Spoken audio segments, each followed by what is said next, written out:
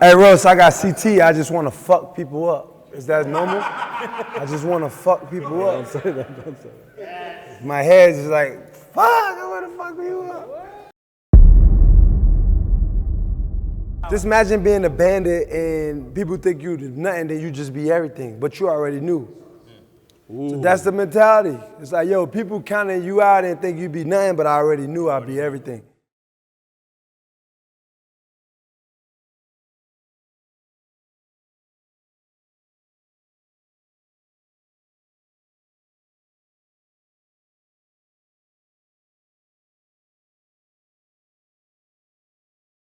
So imagine being a kid.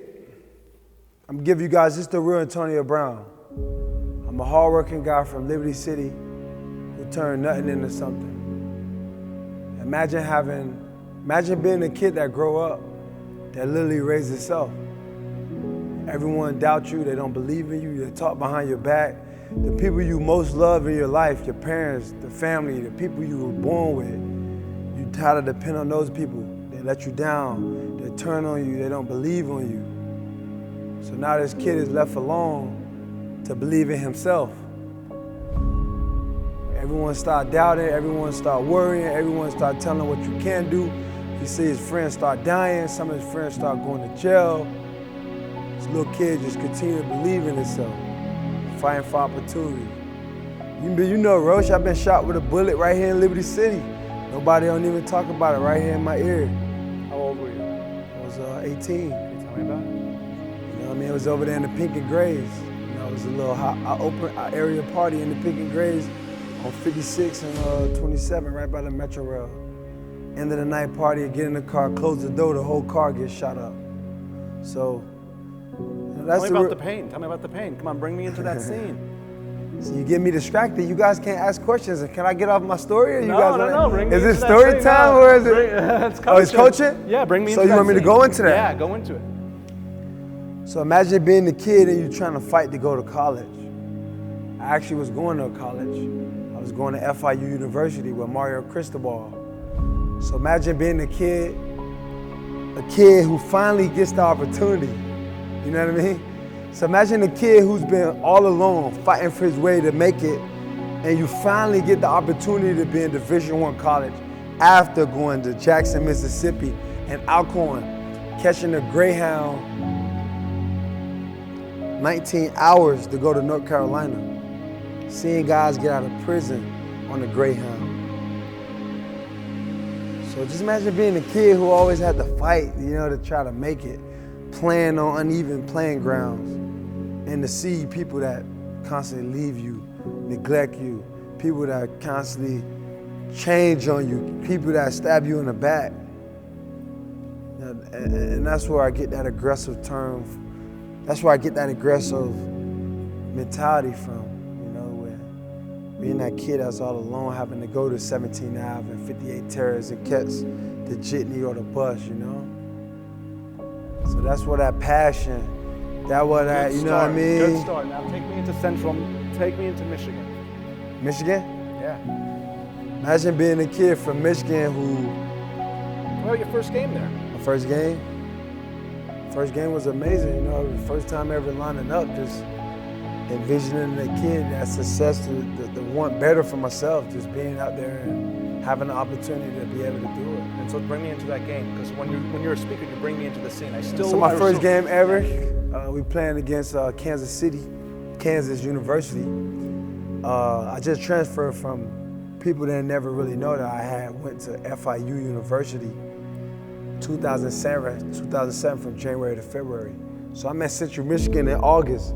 So the first game of the year, Butch Jones is actually scared to play me because he's scared of the ineligibility, because you can't go to one college in January and play with another college in August. So he was nervous to play me, man. We roll up in a bus to Kansas City, Kansas University, man. The fans thick and birdies, experience I never experienced, but you know, just to be able to have the opportunity to get off the bus, you know what I'm saying? So you step on the field. Yeah. What was that first game like? It's amazing, man. I got my first touch reverse. I got the first opportunity to be around organized football. What people don't know, what you're not talking about is that you were a quarterback. Yeah, I was a quarterback. You were a quarterback. Yeah, I was. At New Orleans, right? Yeah. And you had to switch to receiver. Yeah. Did anyone ever say you were too small to play receiver? Nah, but they said about quarterback. What'd they say about receiver though? I was pretty good at receiver. So when you get drafted by Pittsburgh, how does your life change? You got to bring me into that as a speaker. How does the fame change you? Paint that picture. Yeah. I mean, the fame changes you because not everyone who see you, they want something from you. Okay, They're so not tell me seeing you about to- that. People not seeing you to embrace you for a normal person. Everyone's seeing you for a target of what they could get from you. Or All what the they people could gain. who weren't there for you. Exactly. How about family members who never spoke to you? Now they want to collect a wage or get something from you. You become just like a target. And how much money did you waste doing that? A lot of money wasted. I think you just want to, provide that love, Even when you get screwed over, it's nothing like showing people love, especially the ones that did you wrong. So you know what that love is like from the beginning of the child. Because everyone will know how it feels to be loved, what make you happy, and what make your heart feel good. You know what I mean? What Feels good. yeah, to feel good and make you feel good within, not just irrational, but when you sit down and look at yourself in the eyes, like, do you feel good? Were you hurt when you were released? No, I kind of figured when they didn't want to pay me the guaranteed money, they was gonna move on. I didn't like to be released, but that's a part of the game. You play the game long enough, happen to the best of them. Do you feel abandoned by the NFL? I mean, sort of. I mean, I thought they supposed to help players, right? They haven't helped me yet. This guy, the judge, these guys calling me while investigating. Like, you want to help me or you want to investigate? So, that's where we are. You got to take me through every scene. You got to dig deep. So, Antonio, tell me when you're Yes, ready, sir. Michael. I'm ready. Okay. Our mission is to lift every voice. Yep. And I truly believe that everybody has a voice, and I also believe that your voice has not been heard Yep. in a serious way. So let's go back to the very beginning. Part of our process is knowing your message. You just got out of jail. What would your message be to people? Well, I think it's not about people at this point. It's about looking within myself and finding what truly means the most to me, finding what's truly important to me, and find a way to order those things and tap into those things. So what are you passionate about now? I'm passionate about spending time with my kids, making music, training, taking care of my body, just doing things that make me happy. And where does that passion come from? It just come from within, come from struggle, come from... Stop there. Let's talk about the struggle. Yeah. Take me back. Where'd you grow up? I grew up in Liberty City, grew up at my grandma's house, 95th Street and 17th, up until my mom was able to get her own place, and then I grew up on 58 Terrace and 17th Avenue. What was it like growing up for you?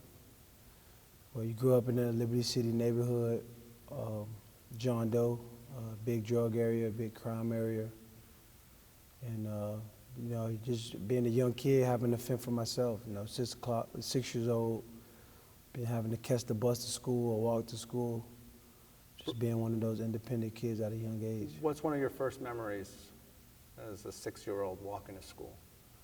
I just remember catching the 17 bus or the jitney up 17th Ave to Henry Reed's on 103rd, from like 58th Street to like 103rd. How did you not get into trouble? By the grace of God, I try to surround myself around the right people in those areas, and I kept busy with sports. You weren't the tallest guy in the world. Yeah. Tell me about your work ethic. When did it first start for you where you said, I want to become the best receiver in the National Football League? But I think it all began for me in college. You know, just envisioning the player I wanted to be, you know, at that level and at the next level. And always being driven towards that goal. Did anybody ever tell you couldn't do it?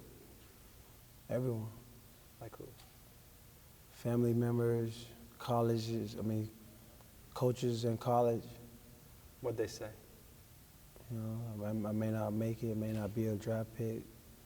But you got up early and you worked hard. You worked very hard. So Tell people about the work that you put into this. Well, the work is constant. You know, it's never ending.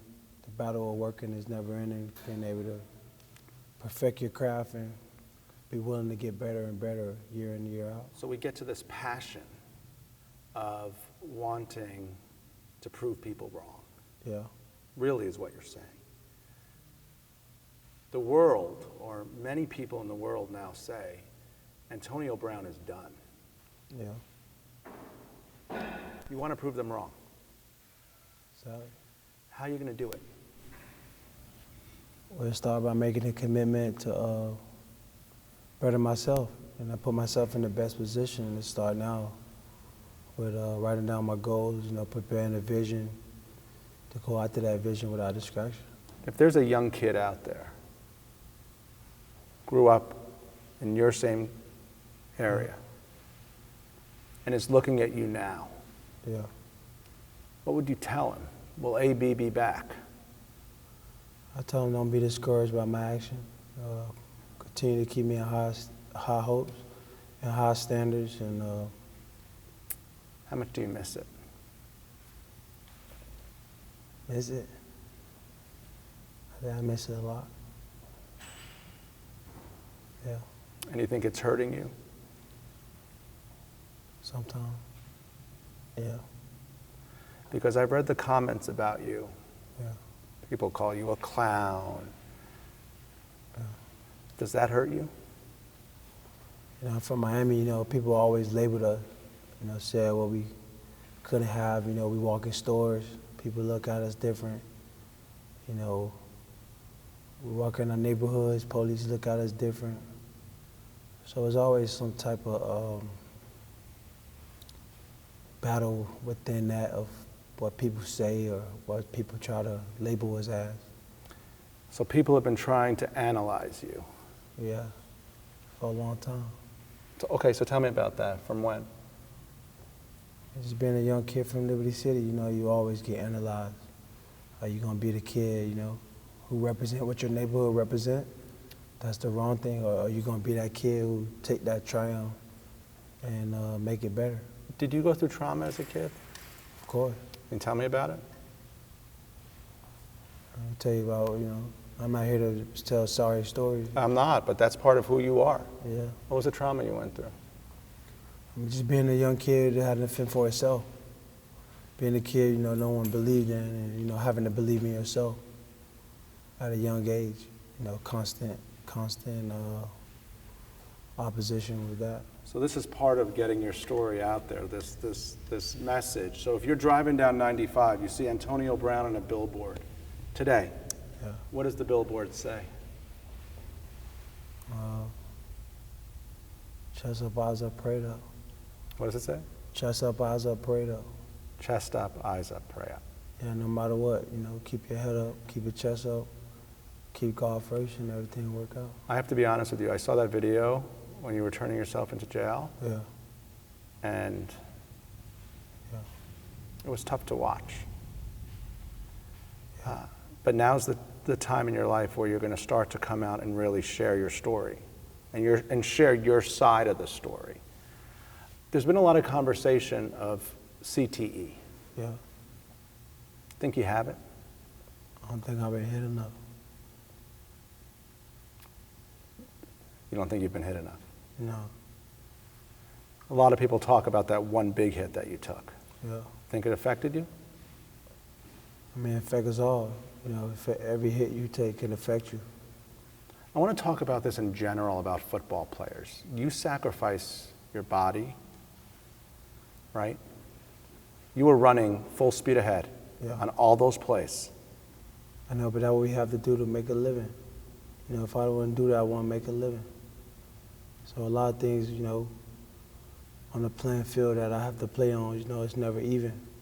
So I had to play at an uneven playing field, and knowing I'm risking a lot of things that could, you know, make me inevitable. But you know, I'm willing to play with those odds and make a difference. Because you wanted to win.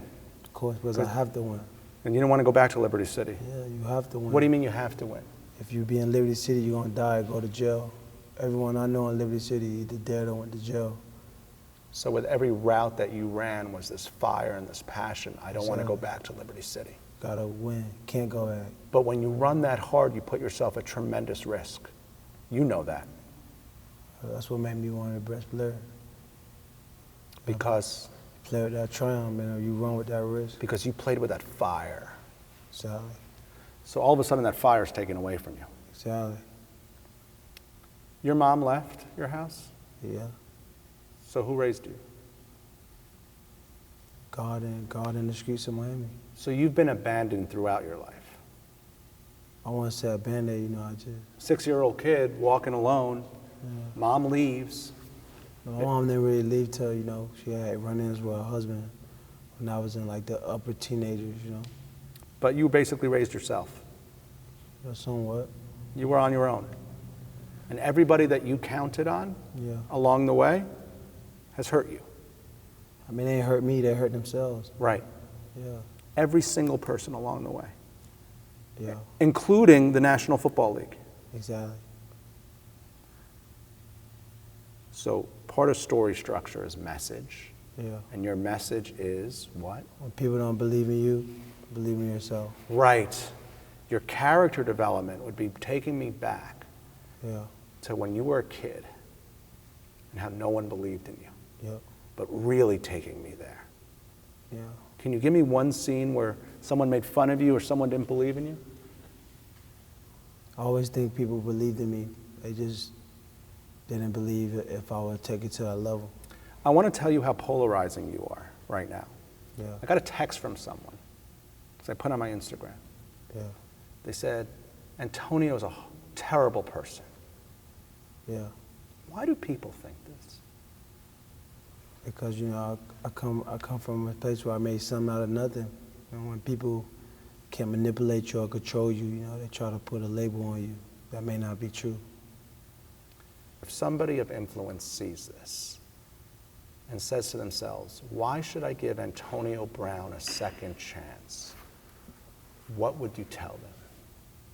You never gave me a first. Ooh. That's interesting. What do you mean? Well, just imagine being a guy, you know, who was never respected, or, you know, not even respected, but a guy who not supposed to be in this position. You know, I'm a guy who was born in the trap, in the system of Liberty City. You know, my mom was born and raised in Liberty City fully, 50 years. So most kids who come out of Liberty City, man, if you do the history of it, right, you know, either go to jail or they become a statistic to get killed. So already I was born in a system that wasn't really gonna prepare me, my productivity from being a successful person. I want to go back to this issue of CTE. Yeah. Everyone brings it up. Yeah. Do you get concerned about that? I don't really get concerned about it because, you know, I think my memory pretty good, but sometimes I could be aggressive. But it's like normal football aggression. Yeah. Have you seen a change in your life? I mean, my life's still pretty much the same. I don't get to play football. And you love this. Exactly. You love it. I think when people hear your story, and we're only scratching the surface tonight, when people hear your real story, they will begin to really understand that.